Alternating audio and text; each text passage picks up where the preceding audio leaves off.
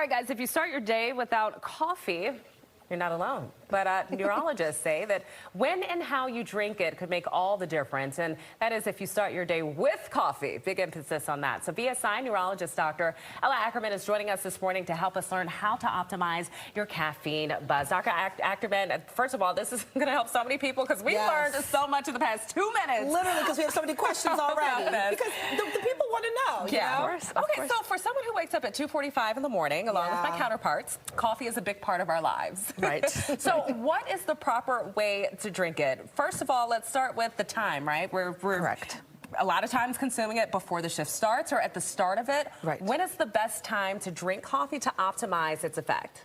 Well, since you wake up pretty much in the middle of the night, right, 2:45 in the morning, that is not usual time clock for humans, right? Our circadian rhythms, which is in our biological clock, they're not meant to wake us up that early in the morning.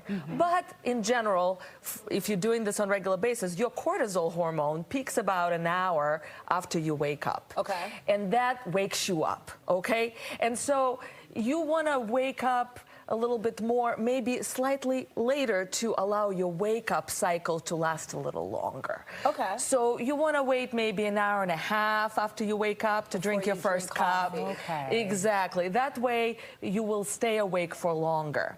And then you won't feel as much of jitteriness maybe, or as much of heart racing, and you definitely want to eat something before you drink that first cup. Yeah, that was the question too. So I wake up a little bit later, but eating first, which I didn't do today, I can't lie, I had coffee, but eating first, why? Why do we need to eat at least something first before we drink coffee? Correct. So overnight, your sugar stores are depleted. Okay. Your morning sugar is usually the lowest sugar you'll have. And whatever sugar you have left in your body is stored in the liver, okay? And when you drink that caffeine, it makes that sugar storage to be released into your body.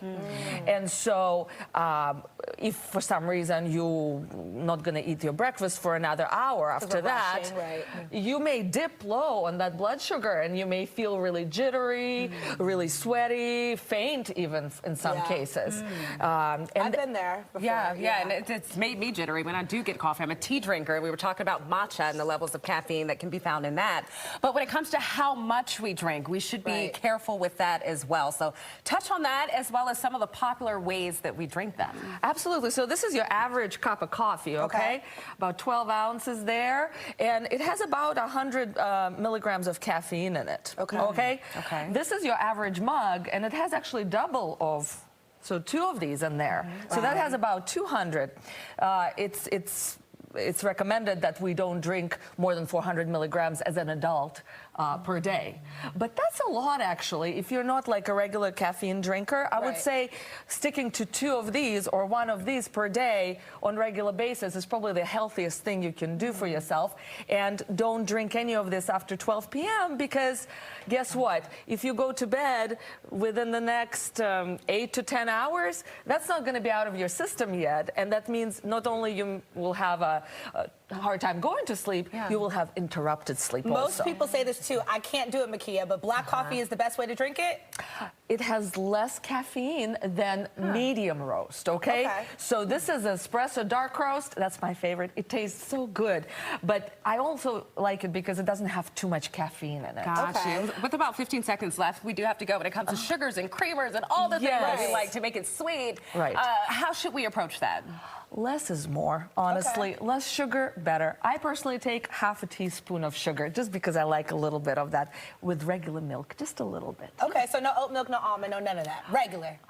Whatever you like. Less sugar, and avoid sugar substitutes also. Okay, awesome. All right, well, Dr. Akkerman, you have been fantastic. We've learned a lot here. If we want to get more information, where can we go? You can go on VSIspine.com. Wonderful. Thank you so much. This is wonderful. Thank you. Next time I'm going to eat before I drink my coffee.